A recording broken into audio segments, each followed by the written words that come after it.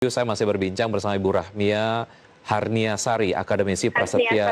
Oke, baik. Mohon maaf atas kekeliruannya. Akademisi Prasetya Mulia Business School. Bicara mengenai laporan keuangan dari pemerintah pusat yang juga menjadi fokus dari berbagai artikel yang sudah disampaikan oleh ekonom terkait dengan serapan anggaran pemulihan ekonomi nasional. Sejauh mana ini kemudian menjadi satu hal yang BPK sendiri juga belum bisa audit secara keseluruhan. Mungkin Anda bisa sampaikan. Oke, baik Mas Vicky. Jadi memang terkait PEN ini cukup problematik ya, karena cukup multidimensional gitu ya. Saya coba tarik dulu dari sisi spendingnya sendiri ya. Memang dari sisi penyerapannya itu, sekalipun nih ceritanya tuh kita lagi dalam kondisi urgent, kita butuh banget. Dan ketika pandemi, spending pemerintah ini jadi sangat penting gitu, karena kan spending rumah tangga itu menurun gitu, jadi pemerintah harus sudah support dan salah satunya dari bansos gitu misalnya.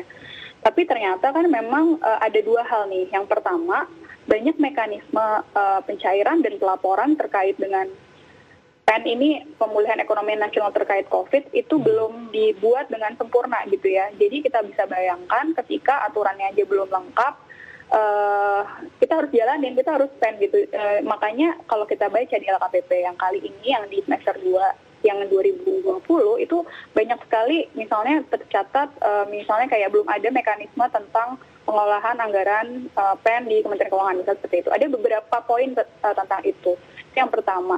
Yang kedua juga masalah procurement-nya, Mas. Jadi kan kalau misalnya kita mau bikin bansos, mau menyalurkan itu kan tentu ada vendor-vendor tertentu yang harus memang diajak bekerja sama. Nah, proses procurement ini cukup terhambat dengan adanya pandemi tentunya ya. Mobilitas berkurang, juga WFO ini juga cukup problematik karena birokrasi kita kan nggak bisa berubah dalam semalam kan. Kita banyak struktur yang sudah memang speed-nya itu jadi makin lambat karena adanya pandemi ini. Jadi dua problem itu yang membuat PEN ini banyak ditemuan di laporan ini tuh banyak yang belum terserap dengan baik gitu, dan banyak yang masih dianggap masih ada pelanggaran dan seterusnya. Ya, aturan-aturan yang belum ada ini tentu saja menjadi dasar BPK untuk melakukan audit. Jika kemudian aturannya belum ada, bagaimana BPK melakukan audit begitu ya, kurang lebih seperti itu ya.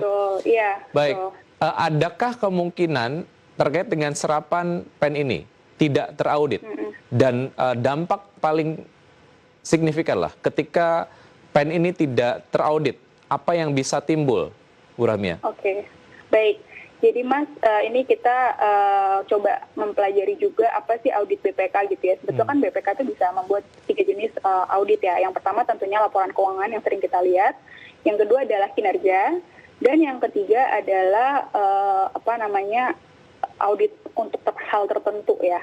Nah, di sini, yang PEN ini, saat ini justru BPK tuh sudah membuat gitu ya dalam KPP 2020 ini. Jadi memang deep dive nih tentang PEN, dan memang hampir setiap every single rupiah ya mungkin yang di-spend tentu masuk ke dalam proses audit BPK. Walaupun belum ada aturan secara detail, tetap tercatat gitu, tetap diaudit gitu, diperiksa.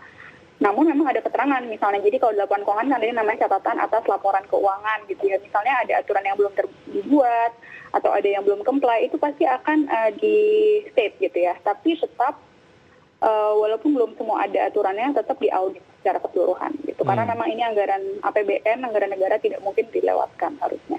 Baik, ya secara singkat apa yang menyebabkan ketidakefisienan dan ketidakefektifan terjadi dalam kinerja keuangan pemerintah? Ini menjadi pertanyaan terakhir dan juga mungkin jadi konklusi Ibu Rahmia. Silakan. Baik, Mas. Tadi saya sudah sampaikan ya, permasalahan terbesar itu ada di proses spendingnya ya, penyerapannya. Baik dari proses karena ada aturan yang belum banyak yang dibuat karena PEN ini. Kedua juga proses birokrasi, proses procurement, mobilitas, dan seterusnya. Nah, yang penting di sini nih yang harus kita lihat tuh gimana sih, kenapa itu terjadi gitu. Nah, itu terjadi ternyata tuh banyak kalau kita baca di laporan dan sudah sering kita diskusikan dengan para ekonom adalah isu data gitu misalnya ya.